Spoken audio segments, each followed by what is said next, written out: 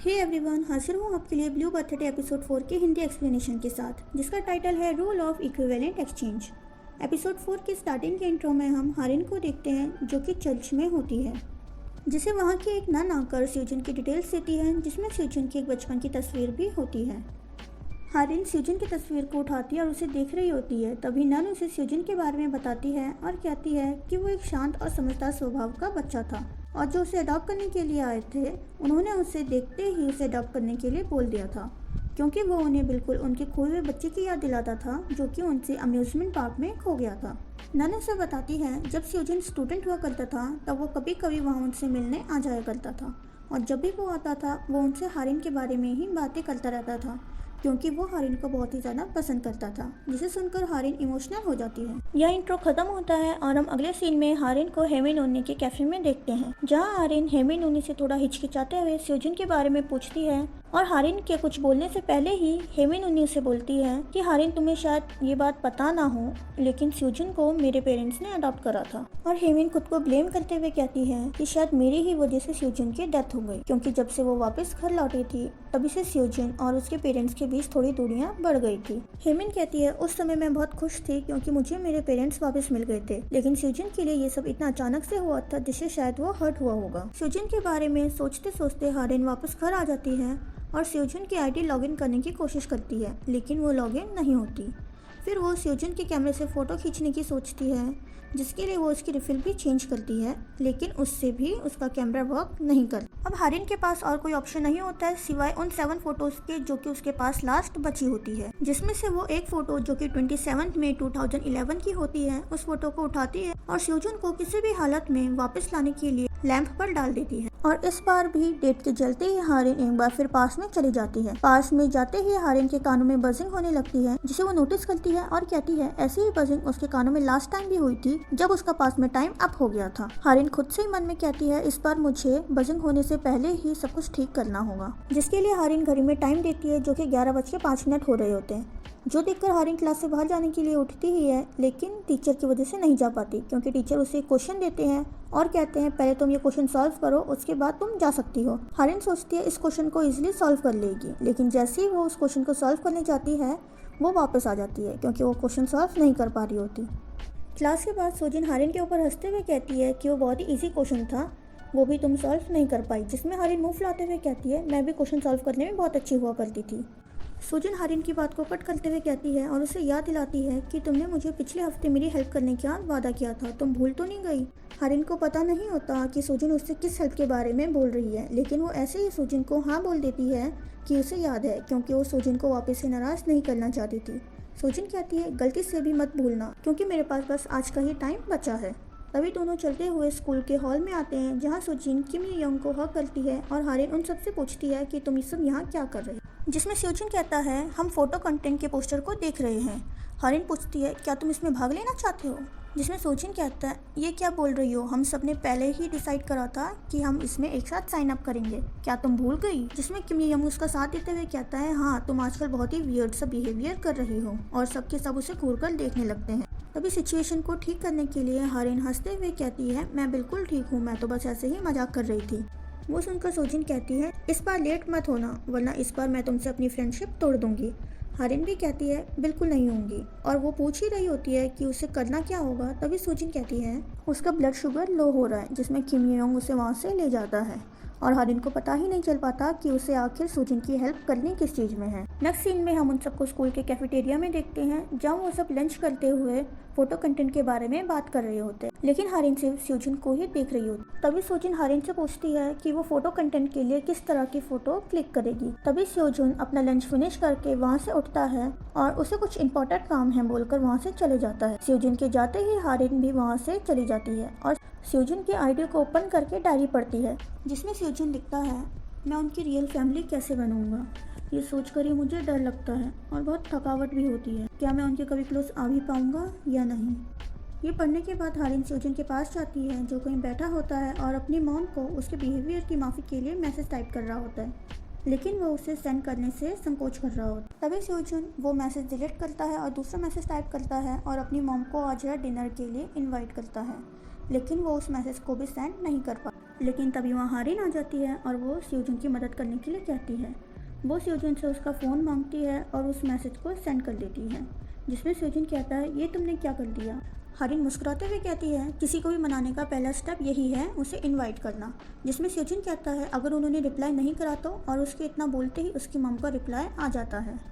अगले सीन में हमें स्योजुन को दिखाया जाता है जो कि अपनी मॉम से मिलने के लिए जाता है और हारिन के दिए हुए नोट को पढ़ता है जिसे हारिन ने उसे रटने के लिए कहा होता है। स्योजुन और उसकी मॉम डाइनिंग टेबल में बैठे होते हैं, जहाँ स्योजुन हारिन की बात को याद करता है जो कि उसने नोट पर लिखी होती है, और वो अपनी मॉम के गिलास में पानी डाल देता है और फिर दोनों बातें करने लगते हैं।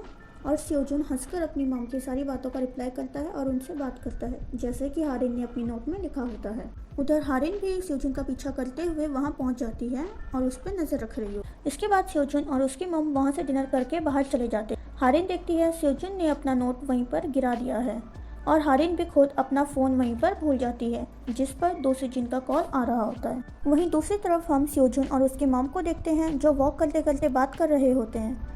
उसकी मॉम उसे पूछती है कि उसने उसे डिनर पर इनवाइट क्यों करा, और उसे बताती है कि उसके इनवाइट करने से पहले हेमिन ने भी उन्हें डिनर के लिए इनवाइट करा था, लेकिन स्योजुन ने उन्हें पहली बार डिनर के लिए इनवाइट करा होता है, इसलिए वो हेमिन को मना कर देती है और स्योजुन के पास आ जाती है।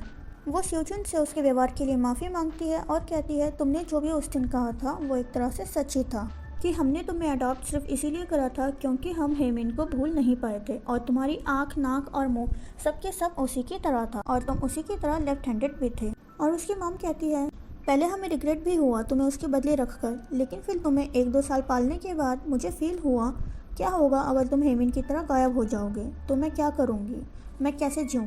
वो इमोशनल होकर कहती है स्योजुन मैंने तुम्हें सेल्फिश मोटिव से अडॉप्ट जरूर करा था, लेकिन कभी भी तुम्हें प्यार करना नहीं छोड़ा, और ना ही तुम्हारे पापा ने।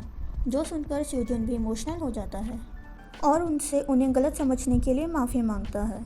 उसकी मॉम उसे हक कर लेती है जिसे दूर से हारिन भी देख रही होती है और मन ही मन कहती है अगर तुम अपनी लाइफ एंड नहीं करोगे तो सब कुछ पहले जैसा नॉर्मल हो जाएगा। ये बोलते ही हारिन अपना फ़ोन देखती है, तब उसे पता चलता है कि उसका फ़ोन उसने वहीं छोड़ दिया। तो वो वापस अपना फ़ोन लेने जाती है और देखती है उसमें स्योजुन की मिस कॉल आई थी। मिस कॉल देखकर उसे याद आता है आज तो उसे स्योजुन की मदद करनी थी और उससे मिलना था, जिसके लिए स्योजुन के पास आज का ही टाइम बचा होता है। वो स्योजुन को कॉल करती है लेकिन उसका कॉल नहीं लगता, जिसमें हारिन कहती है मैं तो सिर्फ स्योजुन पर ही फोकस कर रही थी और स्योजुन को भूल ही गई, मैं सच में बहुत पागल हूँ। तभी उसे स्योजुन का कॉल आता है और वो उससे पूछता है कि वो भी फ्री है या नहीं। हारिन स्योजुन के बारे में सोच रही होती है, तभी स्योजुन के वापस बोलने पर वो सोचती है अभी स्योजुन ज़्यादा इम्पोर्टेंट है और उसे हाँ बोल देती है और उससे मिलने के लिए चली जाती है। स्योजुन से मिलकर हारिन उससे उसकी मॉम के साथ डेट के बारे में पूछती है, जिस पर स्योजुन कहता है जो अजीब सा नोट तुमने मुझे दिया था उसने मेरी काफ़ी हेल्प करी। हारिन खुद में बड़बड़ाते हुए कहती है उसने तुम्हारी हेल्प करी लेकिन तुमने उसी को गिरा दिया, जिसमें स्योजुन कहता है क्या कहा। तो हारिन मुस्कुराते हुए कहती है नहीं कुछ नहीं, मैं खुश हूँ कि इससे तुम्हारी हेल्प हुई। तभी स्योजुन कहता है हारिन थैंक यू, सच में तुम्हारे नोट ने बहुत ही ज़्यादा हेल्प करी, तुम्हारे बिना मैं अपनी मॉम से ऐसे बात करने की हिम्मत भी नहीं कर पाता। स्योजुन हारिन को थैंक्स बोलता है और दोनों साथ बैठे हुए ऐसे ही बातें करने लगते हैं। हारिन स्योजुन को देखते हुए मन में कहती है क्या तुम अब सच में ठीक हो, मरना मत स्योजुन, चाहे जो कुछ भी हो जाए प्लीज़ मत मरना। तभी हारिन के कानों में टिनाइटस होती है और वो फिर से प्रेजेंट में आ जाती है। प्रेजेंट में आते ही हारिन स्कूल एल्बम में स्योजुन को ढूंढने लगती है, लेकिन जैसे वो पेज टर्न करती है वो देखती है जहाँ पर उसकी और स्योजुन की फ़ोटो थी वहाँ पर अब उसके साथ किसी और की फ़ोटो होती है। ये देखते ही हारिन अपना फ़ोन चेक करती है, लेकिन फ़ोन से भी स्योजुन का नंबर गायब होता है। हारिन किम ये योंग को फ़ोन करते हुए कहती है स्योजुन अभी तुम्हारे साथ है, मैं अभी उसके घर जा रही थी। किम ये योंग हारिन से बोलता है तुम उससे मिलने क्यों जा रही हो, तुमने तो उससे अपनी फ्रेंडशिप हाई स्कूल की 2nd ग्रेड में ही तोड़ दी थी। जो सुनकर हारिन फ़ोन रख देती है। तभी हारिन के माइंड में न्यू मेमोरीज ऐड होने लगती है और हमें फ्लैशबैक सीन दिखाया जाता है जब वो स्योजुन से उससे ना मिल पाने के लिए माफ़ी मांगती है और कहती है कि किसी इमरजेंसी के कारण वो उससे मिलने नहीं आ पाई, लेकिन स्योजुन बहुत ही ज़्यादा हर्ट होती है। स्योजुन के पूछने पर कि ऐसी कौन सी इमरजेंसी थी जिसके कारण वो उससे मिलने नहीं आ पाई, हारिन स्योजुन का नाम लेती है, जिससे वो और ज़्यादा हर्ट हो जाती है और उसे चिल्लाते हुए कहती है जी स्योजुन जी स्योजुन जी स्योजुन, हर बार वो ही होता है, तुम सिर्फ उसी पर ध्यान देती हो, हर बार उसी के बारे में सोचती हो, और मेरा क्या, तुम हमेशा अपना प्रॉमिस तोड़ देती हो। लेकिन फिर भी मैं कुछ नहीं बोलती, पर इस बार मैंने तुमसे रिक्वेस्ट करी थी, मुझे लगा था कि इस बार ऐसा नहीं होगा, तुम अपना प्रॉमिस रखोगी, लेकिन देखो ये क्या हुआ। दो सोजिन बहुत ही ज़्यादा हर्ट होती है और हारिन मन ही में कह रही होती है, मुझे लगा इस बार मैं सब कुछ ठीक कर दूंगी, जिससे सब कुछ नॉर्मल हो जाएगा, लेकिन ये सब मेरा एक भ्रम था। दो सोजिन कहती है, हमारी फ्रेंडशिप बहुत ही ज़्यादा कमज़ोर है क्योंकि सिर्फ मैं ही तुम्हें अपना दोस्त मानती हूँ। सच में मैं बहुत ही ज़्यादा थक गई हूँ। और ऐसा बोलकर वो वहाँ से चली जाती है। हम प्रेजेंट सीन में हारिन को देखते हैं जो खुद से उदास होते हुए कहती है, ये वो चेंजेस नहीं थे जो मुझे चाहिए थे, शायद कुछ ना बदलना ही सही था। तभी पीछे से जी सेओजुन उसे मुस्कुराते हुए आवाज़ देता है। हारिन उसे पलटकर देखती है और पलटकर देखते ही उसे हक कर लेती है क्योंकि सेओजुन प्रेजेंट में जिंदा होता है। और इसी के साथ एपिसोड 4 एंड हो जाता है और एंडिंग के टाइटल में लिखा आता है, a change past affects the present. आगे की हिंदी एक्सप्लेनेशन के लिए हमारे चैनल दी वेब क्रेज को लाइक एंड सब्सक्राइब कर लीजिए और बेल आइकन भी प्रेस कर दीजिए। और जिसने अभी तक पुराने एपिसोड्स नहीं देखे हैं वो अभी किए हुए डिस्क्रिप्शन में दिए हुए लिंक पर जाकर क्लिक करके उन्हें भी देख लीजिए। मिलते हैं आपसे बहुत जल्द इसके नेक्स्ट पार्ट के हिंदी एक्सप्लेनेशन के साथ। तब तक के लिए बाय बाय, सी यू।